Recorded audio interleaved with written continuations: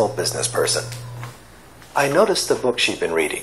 It was a popular novel, something to pass the time, to survive the stretches of occupational boredom by living vicariously in someone else's imagined romance. There was a little heap of them sitting dog-eared by the wall. What if, instead of spending 10 or 15 minutes here and there, tucked in between customers, sinking into the pages of those forgettable novels, she had spent the last 5 years reading books that were genuinely life-changing?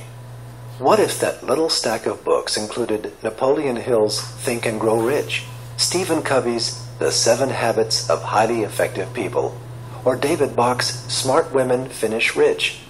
Where would she be today? The shoeshine woman was a hard worker, good with people. She knew how to read and clearly enjoyed doing so. She was a superb communicator. She obviously had the talent, personality, and basic life skills to accomplish a lot more than just living off the tips from shining the shoes of people who could afford to buy their kids new uniforms and tickets to Dallas. But she was spending her life building other people's dreams, not her own. Your income tends to equal the average of the incomes of your 5 best friends, I mused. What if she had spent time around people with significantly higher incomes than her own? What if, instead of hanging out with her colleagues here in the airport, she had cultivated a different group of friends? What if she'd been associating with powerful people, successful people, mentors, movers, shakers, leaders? She could easily have done this. She's a terrific conversationalist. If she had, where would she be today? I'm not making a value judgment on modest incomes or simple occupations. There are people who work the humblest of jobs, yet live lives rich in relationships and joy, just as there are extremely wealthy people who are also extremely unhappy. And I'm not criticizing popular novels, but it was clear that this woman was struggling. And as we sat there talking, I'd have bet anything that she wanted more out of life. It was clear that she wanted to give her daughter the uniform and the Dallas trip, things she couldn't afford in the life she was living. And it was clear that it was so much on her mind, she'd confided her worries to a complete stranger within 5 minutes of meeting him. She wanted more, it was plain to see. Why didn't she have it? She's industrious, motivated, and smart. She reads, she listens, she's sharp. Where would she be today if she'd set foot on a different path a year ago, 5 years ago? You can bet she wouldn't be shining my shoes. Managing a chain of shoe shine stands is more like it. Would she be having any trouble sending her daughter to Dallas? I bet she'd be sponsoring the entire team, and going with them too. While this woman with the wonderful personality continued shining my shoes, I was watching her in my mind's eye, seeing her on a plane to Texas, surrounded by giggling, excited, happy teenagers, seeing her being successful in so many different ways, in so many areas, making such a difference in her own life and the lives of so many others. If only, what was missing? Feelings welled up in me, a mix of frustration and sadness. I felt for a moment as if I were going to cry, and I wondered, why are you so moved by all this? You've seen this 100 times before. Why are you so affected by it all? One reason, I knew, was that it reminded me of another person I'd observed before. Nice, like the shoeshine woman. A good person, just not succeeding in life.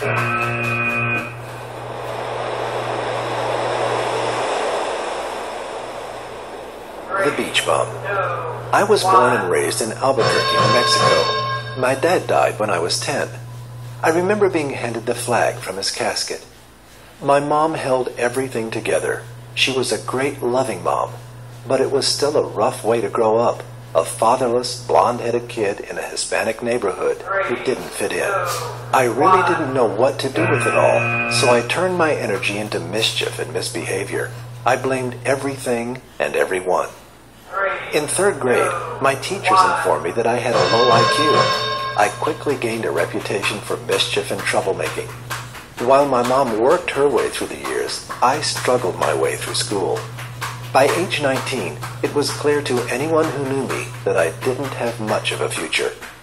I begged my way into the University of New Mexico. At college, I built on my previous academic career and succeeded in taking my C average to a D average. I did learn one thing, though. I learned that when spring break came, all the students went to Daytona Beach for a week. I thought I could do one better. I quit school and moved there. At Daytona Beach, I pursued my first profession. I became a beach bum. I lifted weights and chased girls. I let my hair grow long and curly. People started calling me Gorgeous George after the wrestler. I got a job at the Orlando Country Club, cutting the grass on the golf course. One day, as I was cutting the greens in the hot Florida sun, I paused to watch the wealthy club members playing golf on the grass I had cut. As I watched them hum to and fro in their zippy golf carts, in dapper, fine golf outfits, with their classy golf bags filled with expensive golf clubs, I felt a burning question simmer up inside.